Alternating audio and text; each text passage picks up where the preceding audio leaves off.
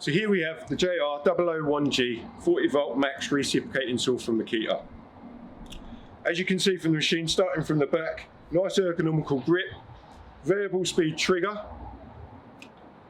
2 electronic gear settings on the top, so you've got 1, 2 and then lock in the middle to lock the trigger off. Large joist hook to the sides in case you need to hang it up and put it out of the way. On the front of the machine it's all toolless, so when you want to adjust the shoe, that's all toolless, and then to change the blade it's toolless as well. To save you from burning your fingers and touching the blade, it will automatically eject it out of the tool. The travel on the machine is 32mm in the strokes, and it takes the 40 volt max battery, as you can see on the bottom. So that is the JR001G.